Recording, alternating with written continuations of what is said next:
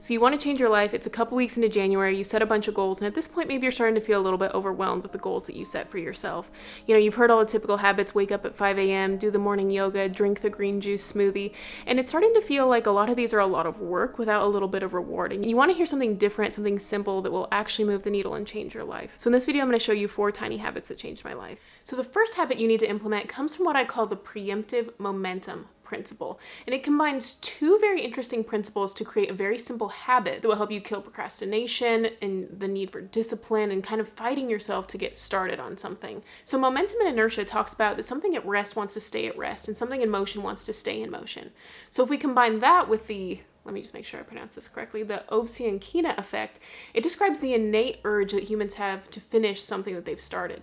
So if we combine both of these things, we can get a very simple action step and a very simple habit that we can use anytime and kind of hack ourselves into doing what we need to do. So what we can do is we can give ourselves the illusion that we haven't stopped. A lot of times we'll have one work day and then we stop and then the next day we'll start. And then we have to deal with this issue of inertia every single day and face that battle. And it's this idea that we got to start something and there's this huge resistance to getting started. But what if we gave ourselves the illusion that we had never stopped and that we're always in the middle of something? So what we can do is if you're starting like a creative project, a passion project or something, and you want to be consistent and work on it every day.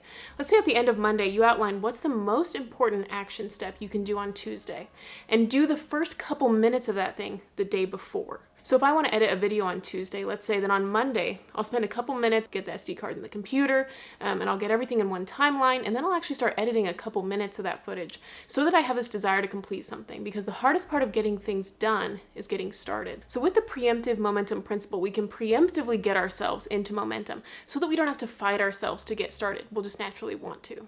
The second habit that you need to implement is what I've called the messy dashboard. So if you've read the book Getting Things Done or books like it where they talk about how to have the best task management system, how to have the best time management, how to get things done, lots of things done. You've got your goals, your priorities, how to juggle a lot of things without feeling like you're juggling a lot of things. The key that David Allen talks about is you need to use your brain to think about things, like ideas and creativity and things that you really want to use your brain power for, not of things. So you don't want to be using your brain for things like task management. So at any time you're going to think of things, you're going to think, oh, next summer I really want to make sure I go to an outdoor movie. That'd be so fun. Or I want to make sure I do my Christmas shopping earlier next year. Or I want to make sure I get my snow tires put on my car earlier. At any moment there's things popping into your head. Now some of those things are 6 months from now, some of those things are tomorrow. So you need a place to store those things. And the key is you need to attach them to time. So not just some floating to-do list with all these different things. Some people have kind of this look at later or a someday list, but then you have to keep looking at that someday list and it really starts to feel like you're managing a lot. So what you want is the ease of feeling like you're not managing a lot with a suitable complexity for all these things that we're juggling with our priorities and goals.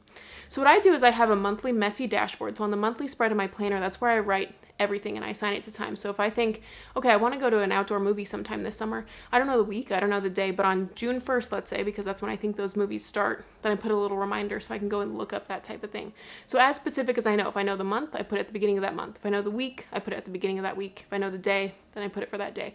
So as specific as I know, I jot it down so that my mind can be free, so that I can juggle my goals and priorities. Lots of things get put on the planner that get put in one place, but I don't feel like I'm managing a lot. So the third habit that you should implement comes from my time equals reality principle, because time is reality. So if you ever want your goals to be realized and want your goals to come into reality, you need to get those action steps aligned by time. So if you truly want to be the designer of your life and you want to make sure the priorities are on the calendar, you need to set up a daily date with your planner. So this is what I do. Every evening I do some gratitude journaling in my planner. I do the same in the morning.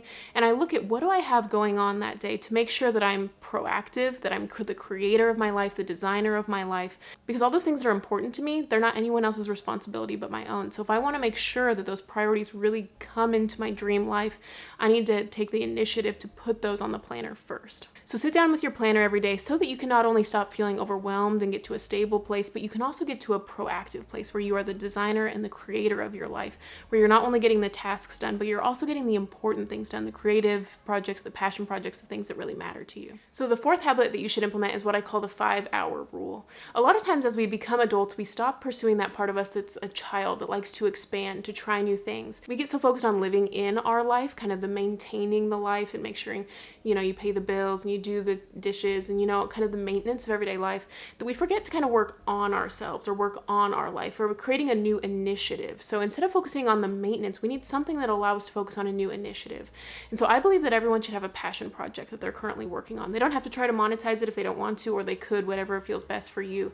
But what I believe is just the 5-hour rule is that if you spend 5 hours a week on that passion project, that childlike part of you will come alive again. You'll start feeling more creative. You'll start feeling more like yourself.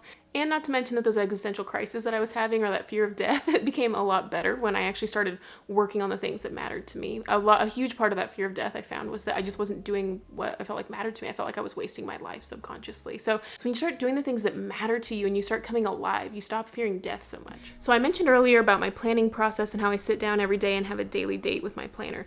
But how do you actually do that? How do you get started? What's the best planner for you? So check out this video where I explore my time funnel, which is my time management technique where I get all of my goals and priorities done, and I feel like I'm the designer of my life and getting all these things done without feeling like I'm juggling a bunch of things.